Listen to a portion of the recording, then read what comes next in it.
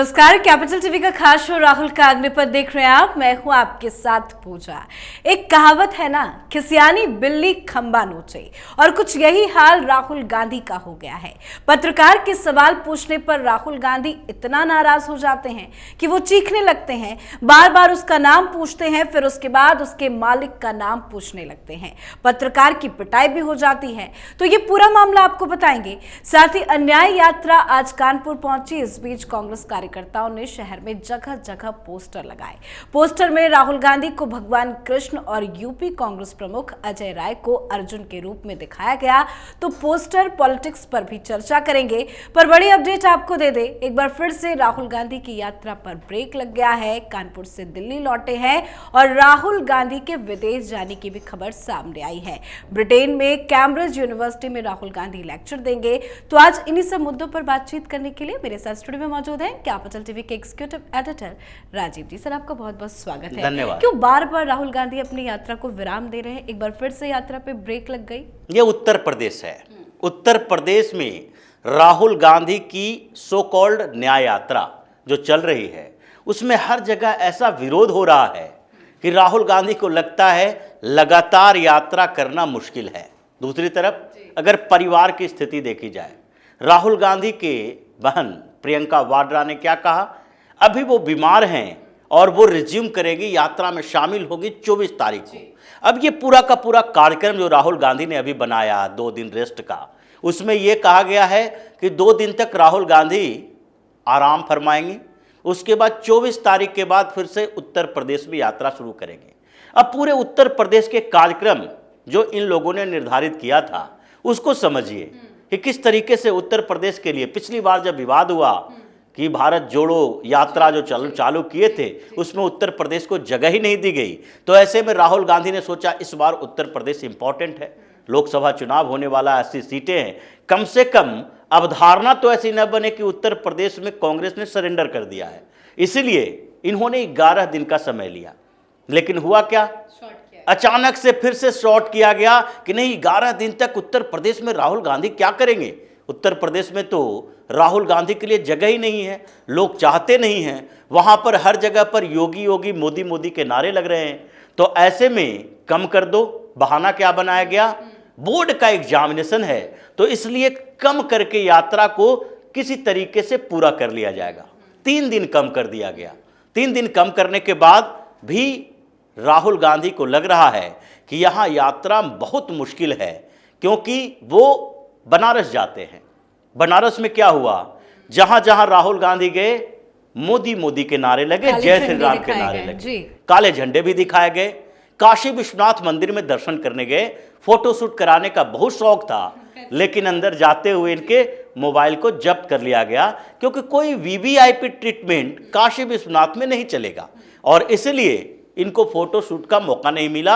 अब बाहर निकल के बोल रहे हैं कि हम तो शिव भक्त हैं, लेकिन अंदर जाने से पहले हमारा मोबाइल रख लिया गया।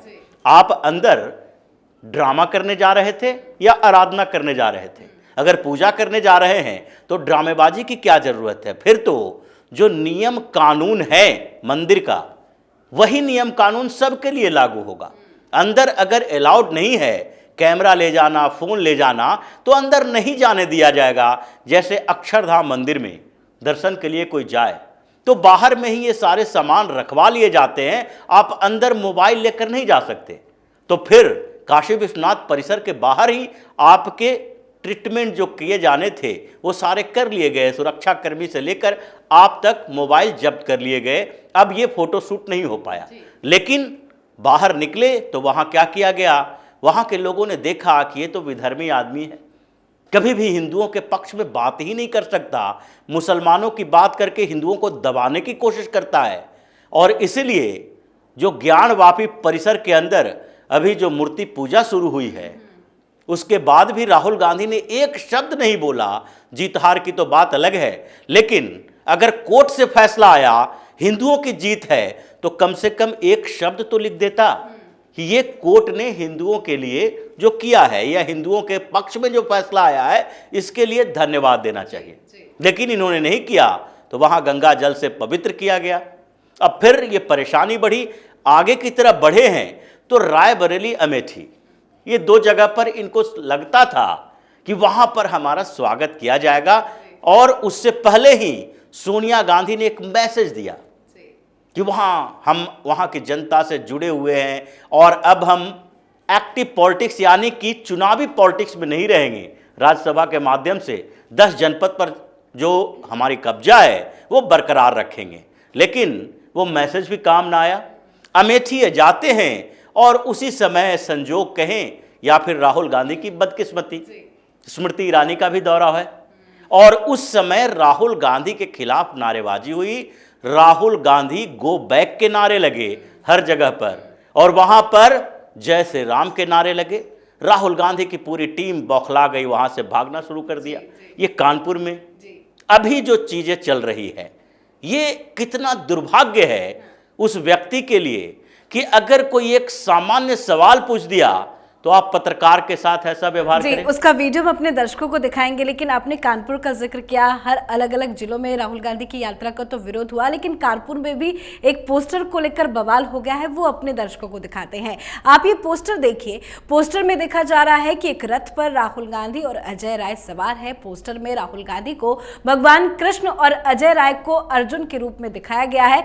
ये पोस्टर विवादित बताया जा रहा है क्योंकि राहुल गांधी की तुलना सीधे भगवान कृष्ण से की गई है। इस पोस्टर पर सियासी हंगामा भी मचना शुरू हो गया है। इस तरह के पोस्टर, क्या है इसके पीछे की रणनीति? देखिए, जिस तरीके से कांग्रेस इस समय हिंदू के मुद्दे पर, हिंदुत्व के मुद्दे पर बैकफुट पर चल रही है, अब वहां पर जो कांग्रेसी कुछ लोग हैं, जैसे अजय राय ही है।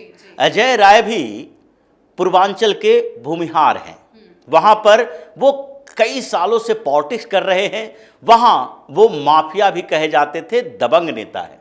अब जो राहुल गांधी बड़ा राजनीतिक पवित्रता की बात करता है, वो राहुल गांधी की पार्टी का प्रदेश अध्यक्ष ऐसा एक दबंग नेता, जिनको पीएम मोदी के खिलाफ भी चुनाव लड़वाया गया था। लेकिन ये सारे लोग जो हैं, इनकी छवि कभी भी ऐसी नहीं रही कि ये हिंदू विरोधी है, चाहे अजय राय हो या जिस शुक्ला ने ये पोस्टर छपवाया है।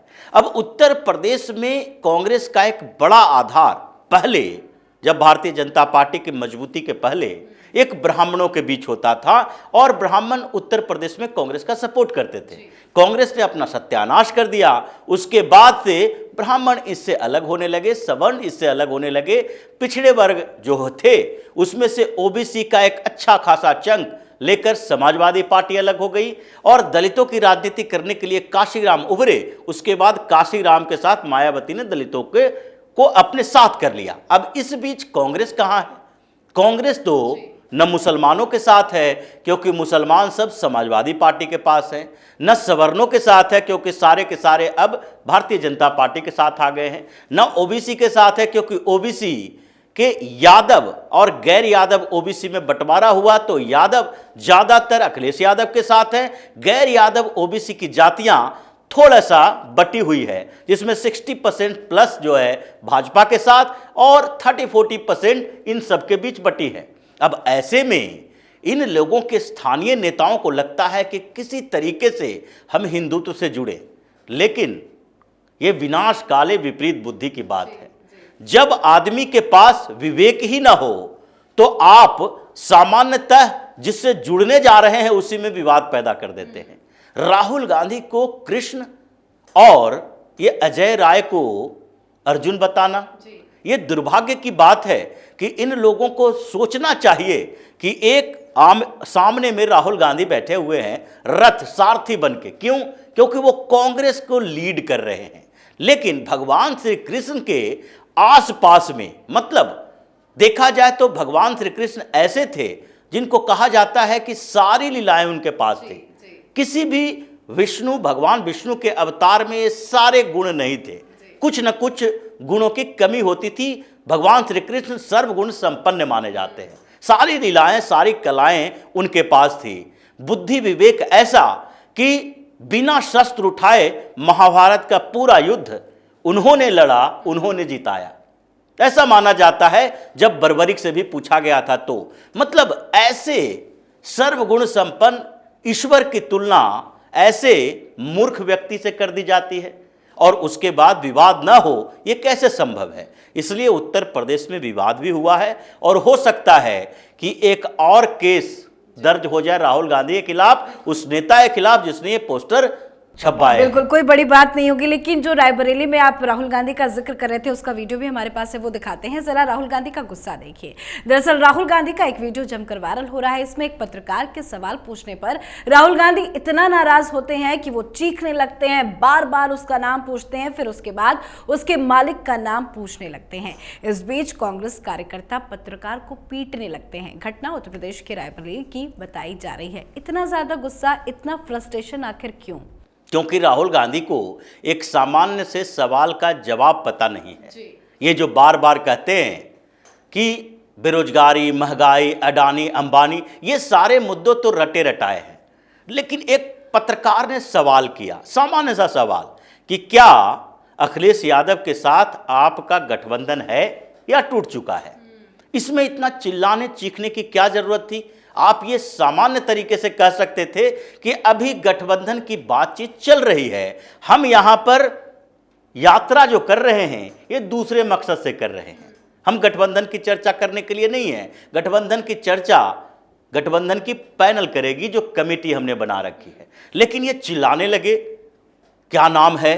अब नाम पहले पूछा, अब नाम पहले जब पूछ दिया, अगर उनके नाम के साथ कोई शुक्ला, कोई पांडे, कोई शर्मा होता तो राहुल गांधी और आक्रामक होते, लेकिन उधर से आवाज आया शिव प्रसाद यादव। अब राहुल गांधी के चेहरे का रंग उड़ गया, क्योंकि शिव प्रसाद यादव ओबीसी है। अभी तो हम बात कर रहे हैं ओबीसी के किसी व्यक्ति को नौकरी नहीं दी जाती, उनको प्रतिनिधित्व नहीं दी जाती, राम मंदिर के समारोह में कोई ओबीसी के लोग नहीं आए, अमिताभ बच्चन, ऐश्वर्या राय बच्चन का जिक्र किया। लेकिन यहां पर तो एक ओबीसी पत्रकार शिव प्रसाद यादव आपसे सवाल कर रहा है अखिलेश यादव के बारे में। अब उसका उत्तर क्या देंगे? फिर आ गए कि आप, तुम्हारा मालिक कौन है? ये नौकर, मालिक, ऐसे शब्दों का उपयोग कौन करता है जिसकी सोच सामंतवादी होती है? और राहुल गांधी की सोच सामंती है। ये राजनीतिक तौर पर अपरिपक्वता है राहुल गांधी की, जो ऐसी बातें, ऐसे शब्द निकालते हैं कि आप लोग तो नौकर हैं, पत्रकारों को बोलते हैं। ये काम करने वाले एम्प्लॉय जो हैं, वो नौकरी करने वाले लोग हमेशा नौकर नहीं कहे जा सकते। वो काम कर रहे हैं, अपना काम कर रहे हैं, और उनका जो एम्प्लॉयर भी है, जो काम पे रखा है, वो उसका मालिक नहीं है। मालिक और नौकर का संबंध नहीं है उन दोनों के बीच। उन दोनों के बीच एक लीडर और एक रिप्रेजेंट करने वाले व्यक्ति का संबंध होता है। लेकिन राहुल गांधी की सोच वहीं तक जाती है, जमींदारी मानसिकता, सामंती मानसिकता। प्रधानमंत्री के परिवार में पैदा हुए और प्राइम मिनिस्टर इन वेटिंग हैं, तो उसके बाद उसके साथ बदतमीजी करना शुरू कर दिया।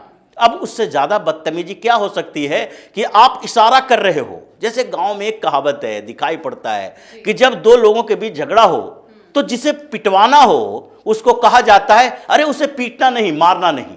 राहुल गांधी यही शब्द का इस्तेमाल कर रहे हैं कि नहीं नहीं, उसे पीटो नहीं, मारो नहीं, वो गलत नहीं कर रहा है। अब ये शब्द जब कहेंगे तो सामने वाले का मनोबल और बढ़ेगा, भीड़ ने उसे पीट दिया। अब इसके खिलाफ अभी तक कंप्लेन नहीं हुई, इंडिया न्यूज के मालिक ने कंप्लेन नहीं किया, वहां के एम्प्लॉय ने, पत्रकार एसोसिएशन ने कंप्लेन नहीं किया। यह बड़ी बात है, क्योंकि इसके खिलाफ तो कंप्लेन होना चाहिए। ये सारी स्थितियां जब उत्तर प्रदेश में चल रही है तो यात्रा कैसे कंटिन्यू करेंगे? इसलिए बीच बीच में रोककर किसी तरीके से उत्तर प्रदेश से भागने की कोशिश राहुल गांधी कर रहे हैं, और यही वजह है कि ये बार बार ब्रेक लेते हैं और ब्रेक लेकर अगली प्लानिंग पे चलते हैं। बिल्कुल सर, बहुत बहुत धन्यवाद समझाने के लिए। धन्यवाद। तो राहुल गांधी इन दिनों बेहद आक्रामक अंदाज में देखे जा रहे हैं। वो छोटी छोटी बातों पर भड़क जाते हैं, जय श्री राम के नारों पर भड़क जाते हैं, और यही वजह है कि राहुल गांधी का यात्रा का विरोध भी हो रहा है। राहुल गांधी को काले झंडे दिखाए जा रहे हैं, गो बैक के नारे लग रहे हैं, जमकर धज्जियां राहुल गांधी की उड़ाई जा रही है। कुल मिलाकर देखा जाए तो राहुल गांधी की अन्याय यात्रा यूपी में भारी विरोध का सामना कर रही है। आप अपनी राय कमेंट कर लिखें। देखते रहिए कैपिटल टीवी। नमस्कार।